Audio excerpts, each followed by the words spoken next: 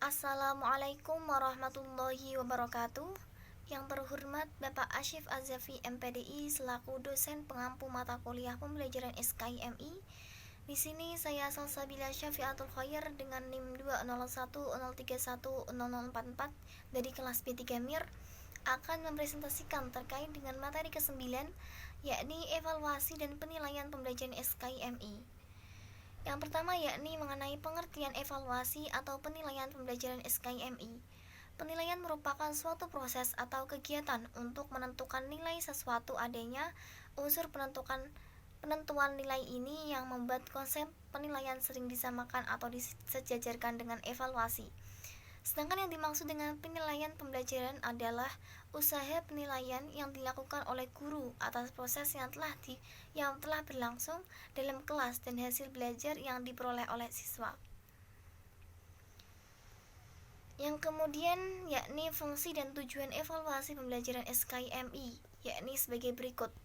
Yang pertama, fungsi evaluasi sendiri yakni untuk siswa, yakni menggambarkan tingkat pencapaian hasil dan kualitas kompetensi dirinya. Untuk tujuan umum adalah evaluasi pendidikan untuk memperoleh data pembuktian yang akan menjadi petunjuk sampai di mana tingkat kemampuan dan tingkat keberhasilan peserta didik dalam pencapaian tujuan kurikuler, serta bertujuan untuk mengukur, menilai tingkat efektivitas mengajar dan metode yang telah diterapkan oleh pendidik dalam proses pendidikan.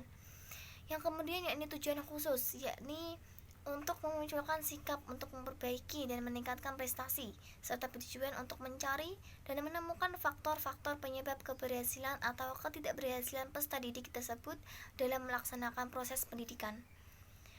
Kemudian yakni mengenai teknik evaluasi pembelajaran, yakni sebagai berikut. Yang pertama, bisa menggunakan teknik tes atau ujian, tes praktik atau kinerja, penugasan, portofolio, proyek atau tugas, produk atau hasil karya, dan yang terakhir yakni evaluasi diri.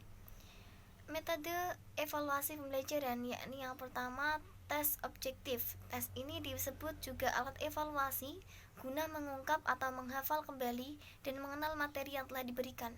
Tes ini biasanya diberikan dengan item pertanyaan menghafal yang diantaranya sebagai jawaban bebas, melengkapi, dan identifikasi. Pertanyaan pengenalan dibedakan menjadi 3 macam bentuk tampilan, yakni soal benar atau salah, pilihan ganda, dan menjodohkan. Yang kemudian yakni tes esai. Evaluasi yang dibuat dengan menggunakan pertanyaan esai biasanya digunakan untuk menerangkan, mengontraskan, menunjukkan hubungan, memberikan pembuktian, menganalisis perbedaan, menarik kesimpulan, dan menggeneralisasi pengetahuan peserta didik. Mungkin itu yang dapat saya sampaikan. Apabila ada kesalahan, mohon maaf sebesar-besarnya. Akhirul kalam, wassalamualaikum warahmatullahi wabarakatuh.